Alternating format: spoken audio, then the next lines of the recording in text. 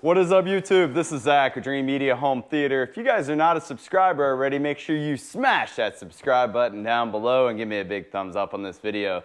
In today's video, we're going to discuss how to determine the correct height of your Dolby Atmos speakers. This is a huge question, and it's actually very simple.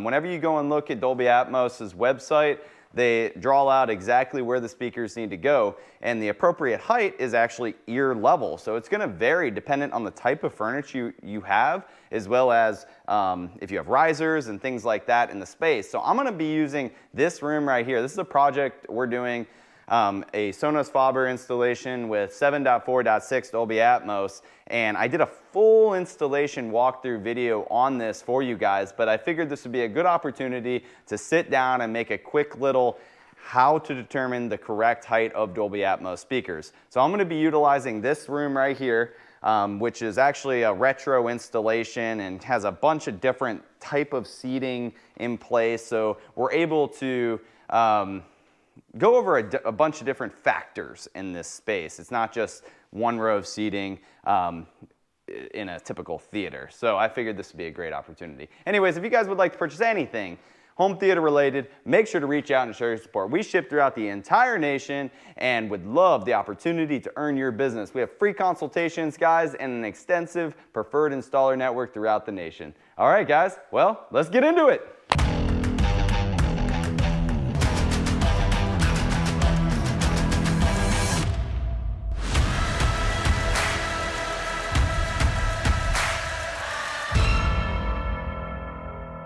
Okay, welcome back, guys. So I'm sitting in the middle row right now, and we've actually already marked out, and I show you in the full installation video exactly what's going on in this space. But I'm going to start with the front row.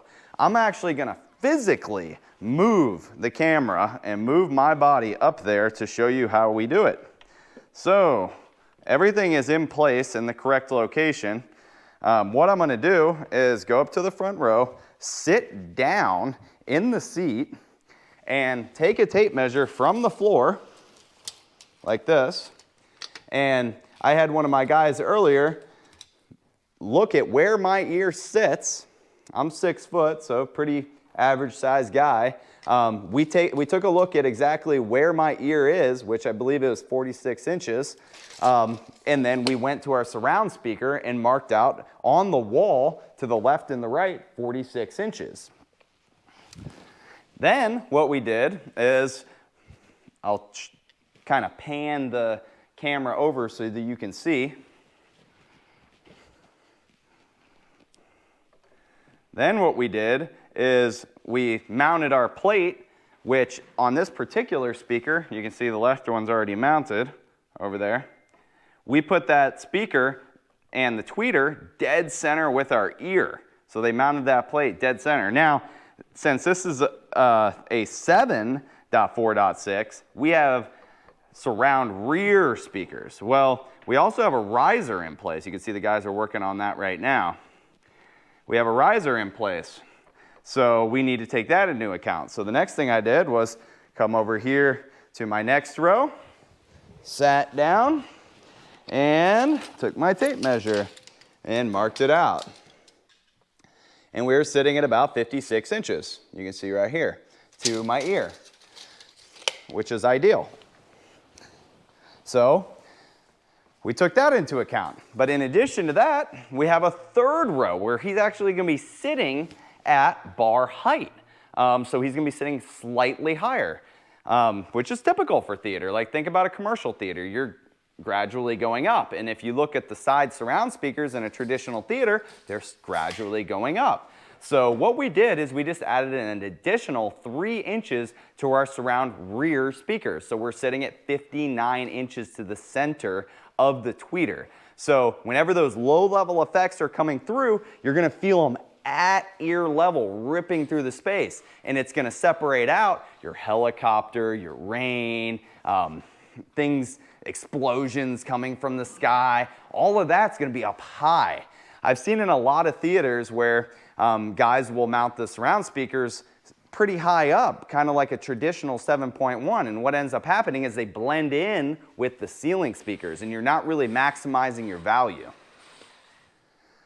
So I'm going to spin this around so you can see the guys are doing the exact same thing back here at the rear of the room. They're putting in some heavy-duty drywall anchors and centering up those speakers on 59 inches.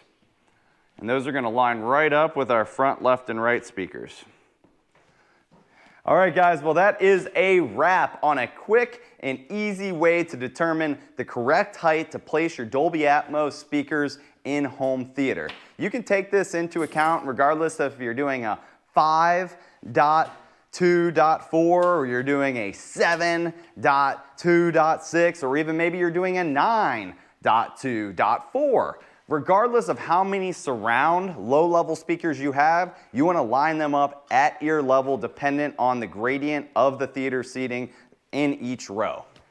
I hope this helped you guys with building out your home theater. Again, reach out, guys. Utilize our free consultation service. My guys are on standby waiting to FaceTime, Zoom with you, and walk through your entire setup, and they'll help you with getting the correct location and placement of every single speaker, help you pick out those speakers, and get the correct products for your budget and needs. Now, if you guys would like to be featured on our YouTube channel, head over to the website and check out the Want to Be Featured tab. You can fill out an application where our guys will actually come out, the Dreamedia guys, and film your project and oversee it to make sure that it goes flawlessly.